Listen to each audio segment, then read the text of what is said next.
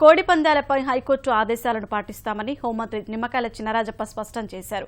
కోడి పందాల వల్ల వచ్చే అనర్థాలపై ప్రజల్లో చైతన్యం కలిగించేందుకు కృషి చేస్తున్నట్లు తెలిపారు. గుంటూరు జిల్లా తెలుగుదేశం పార్టీ సమన్వయ కమిటీ సమావేశానికి హాజరైన హోంమంత్రి పార్టీ నేతలు గోరంట్ల బుచ్చయ్య చౌదరి, జిల్లా పార్టీ అధ్యక్షుడు జీవి ఆంజనేయులతో కలిసి మంత్రి రావెల, జెడ్పీ చైర్పర్సన్ జానిమున్ వివాదంపై చర్చించారు. పార్టీ కుటుంబం లాంటిదని చిన్న చిన్న అభిప్రాయ భేదాలు సాధారణమన్నారు. పార్టీ అధికారంలో ఉంటే అందరికీ ఆశలుంటాయని చెప్పారు. రావెల, జానిమున్ అభిప్రాయాలను తెలుసుకున్నామని, ఇద్దరూ కలిసి పనిచేస్తామని చెప్పినట్లు హోంమంత్రి చినరాజప్ప తెలిపారు. సందర్భంగా అంటే కోడి పందాలు అంటే సంక్రాంతి వచ్చినప్పటికీ కోడి పందాలు గుర్తొస్తుంది అందరికీ కూడా. మొదటి నుంచి కూడా సాంప్రదాయంగా జరుగుతుంది. కానీ ఇప్పుడు హైకోర్టు ఖచ్చితంగా చెప్పింది కోడి పందాలు వేయొద్దని చెప్పింది. హైకోర్టుని మేము బాధ్యత వహించాలి. ఎందుకంటే హైకోర్టు ఇచ్చిన డైరెక్షన్ మేము పాటిస్తాం కూడా.